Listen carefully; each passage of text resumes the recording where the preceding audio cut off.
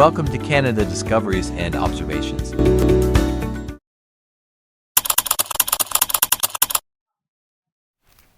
Hi guys, this is Pabski once again, and this is Canada Discoveries and Observations. Welcome back to my channel. This is part 2 of my episode on exploring St. John, New Brunswick, Canada. Kung di nyo pa napanood ang part 1, nasa description ang link. Sa episode na ito, bisitahin naman natin ang 3 pang mga magagandang tanawin dito sa St. John. Ito ay ang Kiwanis Play Park at Fisher's Lake sa may Rockwood Park. Ang Children's Play Park sa may Irving Nature Park at ang Little River Lake. I hope you will watch until the end of this video and sana naman ay mag-subscribe din kayo kung hindi pa kayo nakasubscribe.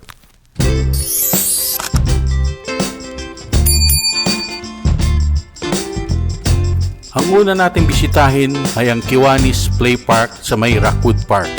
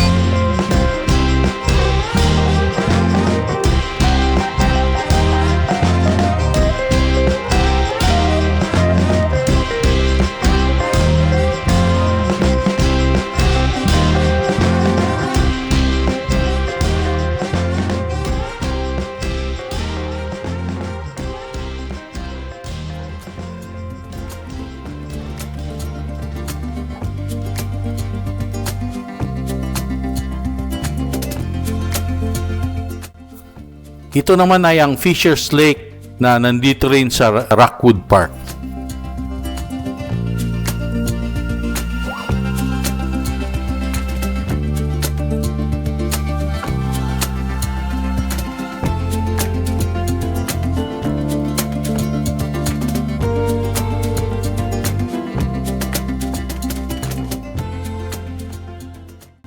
Dito sa Fisher's Lake, nagkaroon ako ng video tungkol dito sa pagpiknik namin dito sa A-Frame picnic site. Kasama ko mga Pinoy, nagpiknik kami dito, Filipino style. So panoorin niyo yung vlog ko na ito, ilalagay ko rin sa description ang link.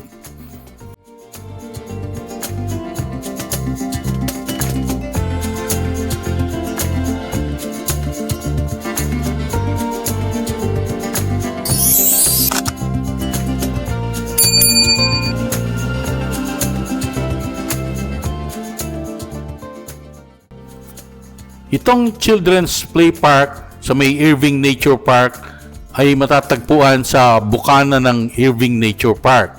Madadaanan mo ito bago ka pumasok sa Nature Park mismo.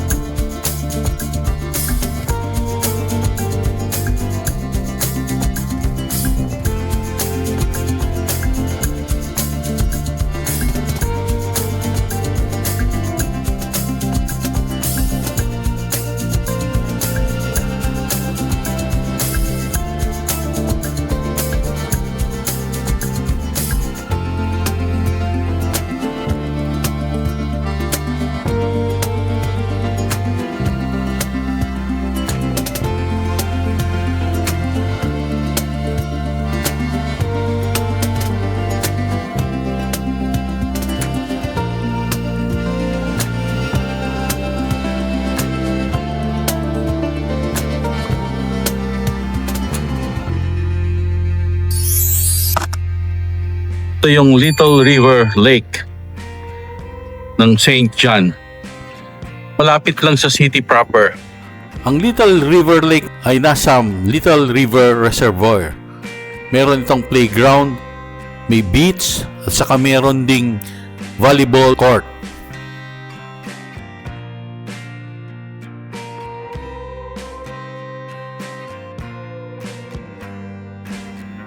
Ang Canada kasi is well known for having the most lakes in the world.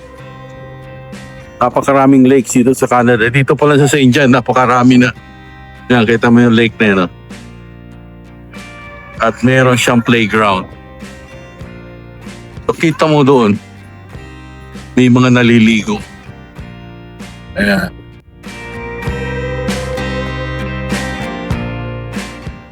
So, pwede maligo dito. May sand siya eh.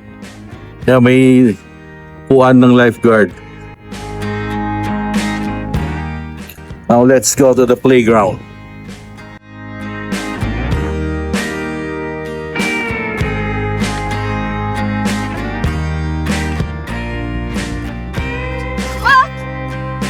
I'm grateful.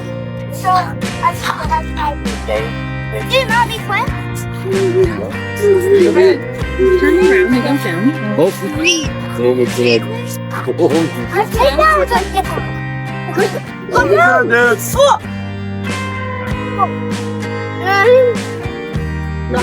ayun, may mga friends na siya. Ang puti. I love you.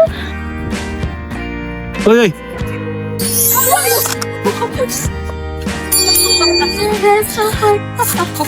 Hi. And then this one.